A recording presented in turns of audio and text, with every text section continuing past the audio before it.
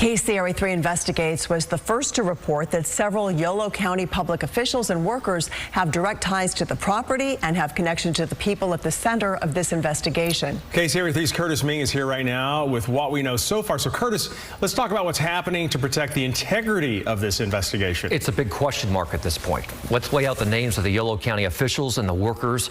Sheriff's Lieutenant Sam Machado owns the property where the explosions happened and his home was destroyed. His wife Tammy has worked for Yolo County as a supervising legal secretary. Yolo County Sheriff Tom Lopez once served as the chief of the neighboring Madison Fire Protection District, and the same Sam Machado was his assistant chief there. It's worth noting we have not heard from the sheriff since the explosion on July 1st.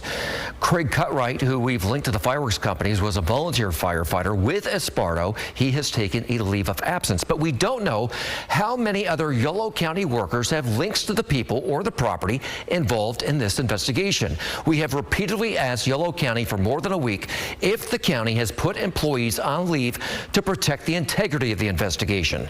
They refuse to tell us. We've raised concerns if these people are still on the job, they could have access to potential evidence, modify records, and have influence of the gatekeepers of critical information. The Yolo County Public Information Officer told us today, while we do not comment on personnel matters, the county takes the ongoing investigation very seriously, and we've taken all appropriate steps to ensure its integrity. But with clear failures leading to this tragedy, for example, the lack of permits to store fireworks, and the fact they have not confirmed who and who is not on the job, we have asked, can the public trust Yolo County to protect the integrity of this investigation? KCRA3 Capitol correspondent Ashley Zavala has been digging into that. Well, Curtis, the state fire marshal's office has been leading the investigation, but Yolo County is still very active in all of this in terms of releasing information to the public and also assisting in the investigation itself. I've been asking state leaders, should Yolo County recuse itself and should the state bring in more resources? State Fire Marshal Daniel Berlant told me today the sheriff's office has not been allowed on the explosion site itself. That's the first time we're learning this. We do know the sheriff's office has been part of every press conference and was part of the team serving search warrants related to this investigation earlier this week. I asked why they would allow the sheriff's office to be involved in that warrant search.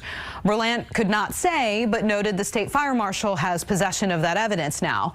I also took the question to the state's top law enforcement official, Attorney General Rob Bonta. I asked him if Yolo County should back away from the investigation and should the state provide more resources to backfill whatever role Yolo County has basically been playing here. In a statement, a spokesperson for the California Department of Justice said in part, the state fire marshal and CAL FIRE have implemented appropriate barriers to ensure the integrity of the ongoing investigation. The spokesperson went on to say that the Department of Justice will monitor the developments and provide support as needed. Then I took the question to state lawmakers that represent Esparto, starting with Assemblymember Cecilia Aguiar Curry. And a statement she said in part, I think the seriousness of the situation and the fact that county employees may be involved needs a committed and objective review.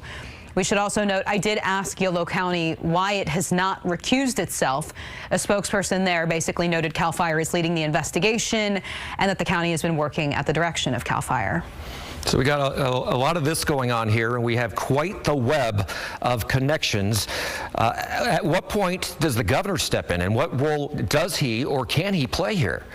Yeah, well, him stepping in, that's to really be seen. CAL FIRE is within Governor Newsom's administration. And this week I have been reaching out to him, and I've also been copying the governor's office on a lot of these questions we've been asking. At this point, it looks like the governor and his office is allowing CAL FIRE to do all the talking here. Curtis, back to you. All right, Ashley, thank you. And stay with KCRA3 on air and online as we continue to track the newest developments on this case as they come in.